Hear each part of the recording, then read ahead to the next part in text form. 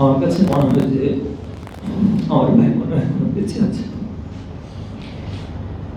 হয়তো আমার ভাই কোনো একদিন হঠাৎ করে আমাদের কাছে আসবেন, ফিরে এসে ওনাকে আমরা খুঁজে পাবো।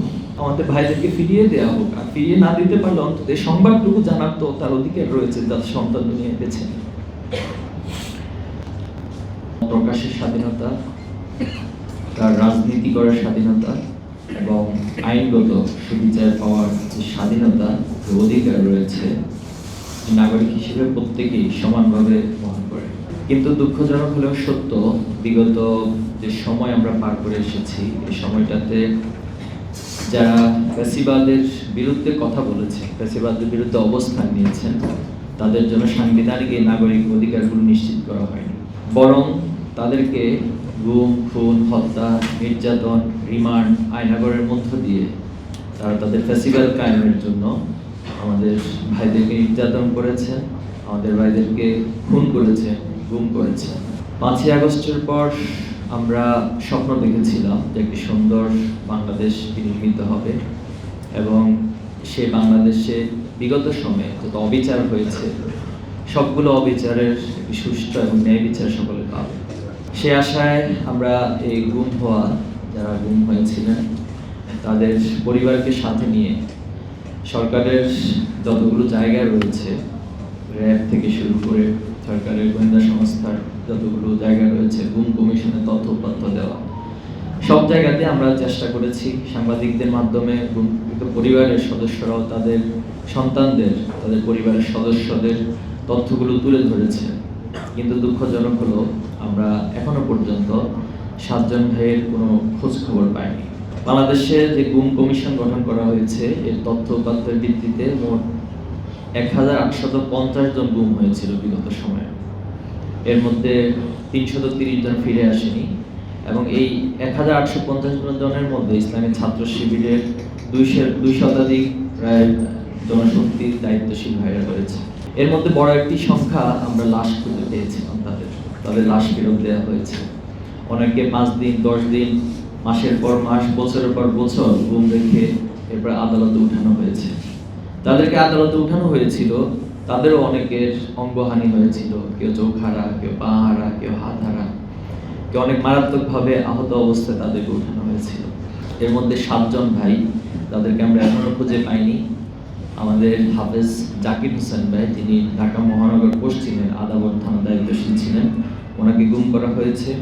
ইসলাম বিশ্ববিদ্যালয়ের ওয়ালিউল্লাহ এবং আল মুকাদ্দাস ভাই, এই 2 জন ভাইকেও, যারা কুষ্টিয়া থেকে ঢাকায় আসার পথে ঢাকা থেকে গুম করা হয়েছে। আমাদের যশোরের রেজওয়ান ভাইকে ওনার এলাকা থেকে গুম করা হয়েছিল। ঝিনাইদহের কামরুজ্জামান ভাইকে গুম করা হয়েছে।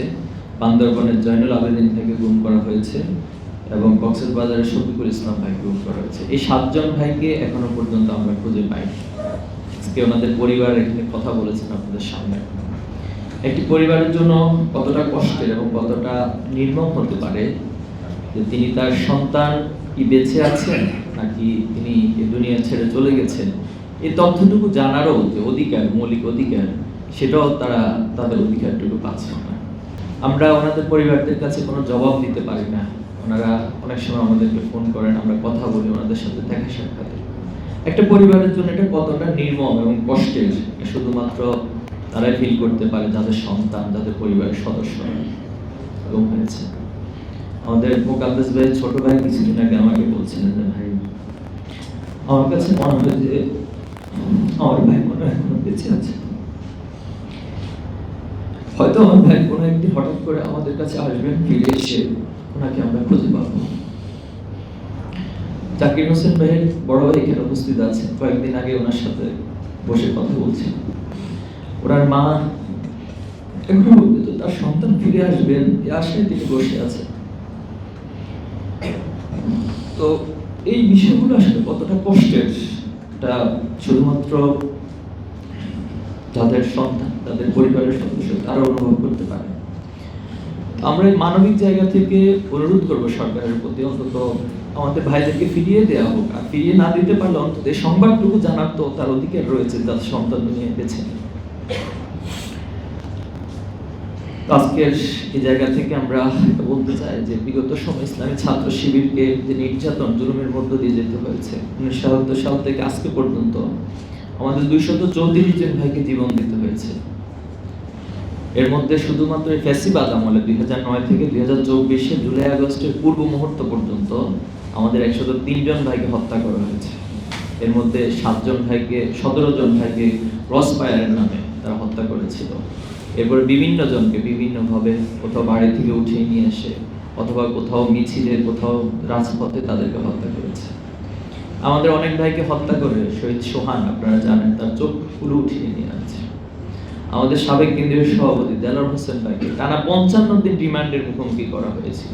একটা সংগঠনের কেন্দ্রীয় সভাপতি থেকে শুরু করে একবারে রুট লেভেলের একজন উপশাখা জনশক্তি পর্যন্ত কাউকে হাত হারাতে হয়েছে, কাউকে পা হারাতে হয়েছে, কাউকে বিভিন্ন নির্যাতনের মধ্য দিয়ে যেতে হয়েছে। রিমান্ডের পর রিমান্ড, দিনের পর দিন তাদেরকে নির্যাতন করা হয়েছে। এত কিছুর পর ইসলামী ছাত্র শিবির তার সততার জায়গায়, তার নিষ্ঠার জায়গায় আমরা কাজ করে যাচ্ছি। কিন্তু এরপর আমাদেরকে বিভিন্নভাবে ট্যাগিং করা হয়, বিভিন্নভাবে প্রোপাগান্ডা আমাদের পিছনে চালানো হয়। আমরা এই সব কিছুর জবাব আল্লাহর আদালতের কাছে উপস্থাপন করছি। এত নির্যাতনের মধ্য দিয়ে যাওয়ার পরে একটি সংগঠনকে আজকের দিনে এসেও যারা হত্যাযজ্ঞ হিসেবে উপস্থাপন করার চেষ্টা করেন তাদের জন্য আমরা আল্লাহর আদালতে আমাদের সকল অভিযোগের উপস্থাপন করছি।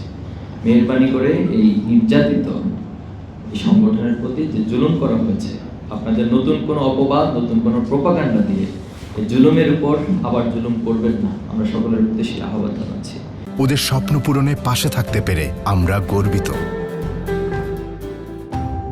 5টি দাবি আমি সরকারের কাছে উপস্থাপন করছি আজকের এই প্রোগ্রাম থেকে। 1, অনতিবিলম্বে গুম হওয়া সকলকে পরিবারের কাছে ফিরিয়ে দিতে হবে অথবা তাদের সঠিক অবস্থার তথ্য জানাতে হবে। 2, দ্রুত সময়ের মধ্যে প্রতিটি গুমের ঘটনার সাথে জড়িত আইনশৃঙ্খলা বাহিনী সহ সংশ্লিষ্ট সকল ব্যক্তির বিরুদ্ধে দৃষ্টান্তমূলক আইনগত ব্যবস্থা নিতে হবে। 3, বিগত ফ্যাসিস্ট আমলের সকল প্রকার আইনাঘরের বিস্তারিত তথ্য জনগণের সামনে উন্মুক্ত করতে হবে। 4, গুমকৃত সদস্যদের পরিবারকে যথাযথ পুনর্বাসনের ব্যবস্থা করতে হবে এবং গুম থেকে ফেরত আসা সকল নির্যাতিত ব্যক্তির জন্য উপযুক্ত ক্ষতিপূরণ নিশ্চিত করতে হবে। 5, বাংলাদেশের র্যাব, পুলিশ সহ সকল প্রকার আইন শৃঙ্খলা বাহিনীর পূর্ণ সংস্কার করতে হবে যাতে ভবিষ্যতে কেউ গুম, খুন, ক্রসফায়ারের মতো মানবাধিকার লঙ্ঘনের অপরাধ সংঘটিত করতে না পারে।